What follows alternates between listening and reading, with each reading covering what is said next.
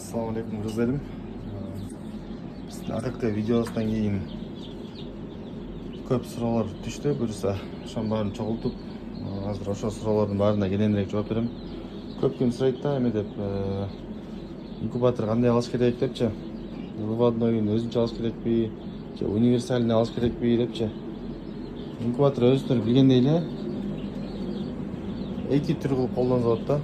Мисалы үчүн мондай кичекейлерди алып туруп, буга инкубация кылып туруп, кайра мисалы үчүн мондай лотокторго эле инкубация кылса болот, же болбосо мондай атайын ячейка алып туруп инкубация кылса болот. Анан убактысы келгенден кийин ошол жактан эле поворотту ортого коюп токтотуп туруп, анан кийин вывод кылып салса болот да.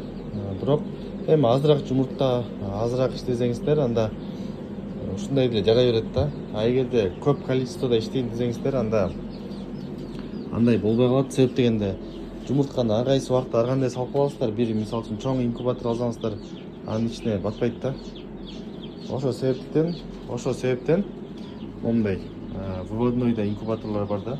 Өзүнчө алсаңыздар, бул өтө ыңгайлуу да. Убактысы келгенде мондай лотоктор болот. Ушу лотокту ушундай каалаган эмеге салып туруп, ячейкага ол жумуртканы салып туруп, ушактан вывод кылып аласыздар. Анан бир инкубатор выводной болсо, анын ичинен баягы тазалашта жеңил да. Инкубация болгондон кийин жөжөнүн пыры учат. Майда жүндөрү тазалангандан кийин кебетесиз да инкубатордунчу. Вывод болгондон кийин могу жактар прям жүнгө толо эле калат да. Аны обязательно маска менен иштеш керек. Анткени майда жүн билинбей өпкө учат да. Ошол себептен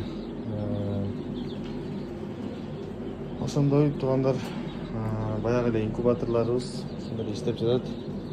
Азыр буюрса муну тазалап бүттүк. Азыр бүткөн жумурткабыз 19 күн болуп калыптыр.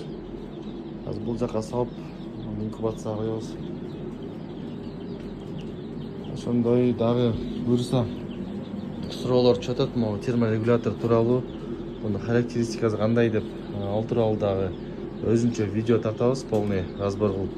Анан могу электроникасы кандай кошулган, эмнелер колдонулган, ал тууралуу да видео тартылат да.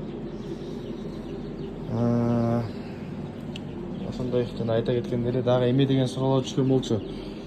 Каастыкын, анан кийин каастын, индуктун, анан кийин тооктун да жумуртканы инкубация кылмакмын, ал кандай болуп калат депчи. Мондай ячейкалар сатылат да. Мондай ячейкалар бул кезилген кичеке инкубаторго ылайыкташтырылган. А так размери 50-гө 36 болот. Ошондой ар түрдүүсү бар. Мисалы үчүн каастыкы бар, өрдөк менен индуктукка окшош эле болот, жумурткасы почти бирдей эле да. Аларга бирдей эле ячейкалар колдонулат да. Мына могу жерде чоң ячейкалар турат да, стандарт. Бул тооктукуна индуктукка батпайт. Индуктукуна өзүнчө алыш керек болот да. Индуктуку бул тооктуку 88 жумуртка болсо, индуктуку деген 63 эле жумуртка болот. Анан кийин каастыкы 32 эле жумуртка болот. Бирок размер ошондой эле 50-гө 36 болот да. Анан чогуу инкубация кылса кандай болот деп берет. Индуктуку менен тооктукун инкубация кылсаңыздар болот, бирок чогуу салсаңыздар өзүнчө выводной инкубатор керек болот. Ал үчүн ячейкалардын ылайыкташтырып алсаңыздар болот. Же болбосо мондай эле жыгачтан жасалган ячейка жасап туруп эле, мындай да ячейка жасайбыз да. Асты мондай сетка оцинкованный, дат баспайт. Ушундай жасап туруп эле, бирок буга деген баягы мынтип кыйгаштатып тургузуп туруп, анан жумуртканы өзүңүздөр тизесиздер да. Тизип чыгып, анан кагаздарды да салыш керек болот. Жумуртка баягы шатаста деп бири-бирине урунуп калат да. Ошондой болбош үчүн, плотныйраак отуруш үчүн арасына кагаз тыгып, же жанагындай губкаларды салып, анан инкубацияга салат да. Бирок мындай алсаңар универсальный болот. Же болбосо каастыкын дагы, индуктукун дагы өзүнчө алыш керек болот да, мондай ячейка алсаңыздар. Бирок бул ячейка өтө ыңгайлуу. Мен ушундай эле колдоном да. Анан кааздыкы менен тооктукун, индиктикун чогуу инкубация кылганга болбойт. Көп ким сала берет антип инкубаторуна, бирок индик менен тооктун температурасы в принципе бирдей эле да, бирдей эле температурада инкубация боло берет. А бирок кааздыкы температурасы бир аз азыраак болот анкы. 37,5, 37,4 менен инкубация болот дагы. Анан влажность бул 55 болсо, тигинки 65 болот да. Ошондой инкубация чогуу кылганга болбойт. Жакшы чыкпай калат кааздыкы. Тооктукуна дагы тооктукундай кылып койсоңор эме кааздыкына зыян болот. Кааздыкына ылайыктап койсоңор тооктукуна зыян болот.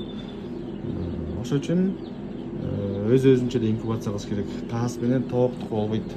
Каас менен өрдөктүкүн чогуу кылсаңыздар болот. Тоок менен индиктикүн, бөдөнөнүкүн чогуу кылсаңыздар болот. Ошондой, баарыңыздарга ассаламу алейкум. Түшкөн суроолорго WhatsApp'тан жазышып кайрылышты, ошолорго жооп берүүгө аракет кылдык.